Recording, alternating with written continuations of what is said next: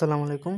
জাতীয় বিশ্ববিদ্যালয় অনার্স ভর্তি পরীক্ষা 2026 সালের শিক্ষার্থীরা, আজকে তোমাদের বাংলা চূড়ান্ত এবং শেষ মুহূর্তের ফাইনাল একটি সাজেশন দেব, যেটা থেকে তোমরা খুবই সহজেই অনেকগুলা কমন পাবা।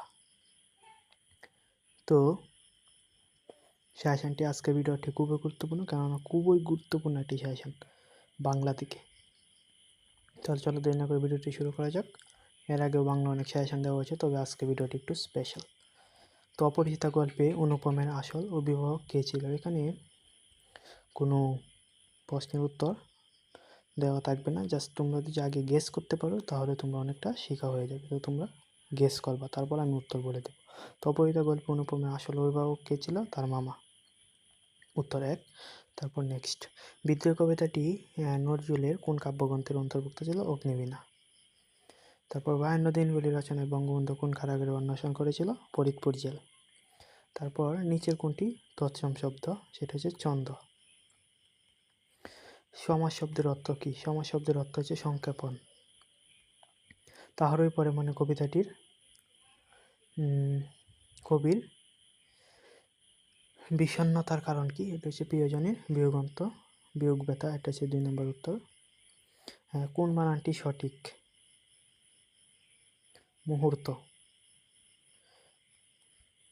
বিলাসী গল্পে মৃত্যুঞ্জয় কোন জাতের ছেলে ছিল? সেটা ছিল মিত্র কায়স্থ। তো এটা হচ্ছে 2 নাম্বার। শরৎচন্দ্রের বিলাসী গল্পে মৃত্যুঞ্জয় কায়স্থ পরিবারের সন্তান ছিল। সন্ধি শব্দে ব্যাকরণের কোন অংশ আলোচিত হয়? সন্ধি সাধারণত ধ্বনিতত্ত্বে আলোচিত হয়। 19 ফেব্রুয়ারি 1969 কবিতা কোন রক্তের কথা বলা হয়? কার রক্তের কথা বলা হয়েছে? সালামের। শুদ্ধ বানানটি কোনটি? এটা হচ্ছে দারিদ্র।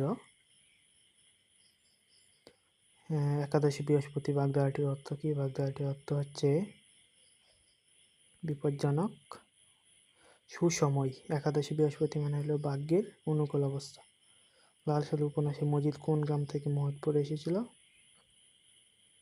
গারো পাহাড়ের পাদদেশ।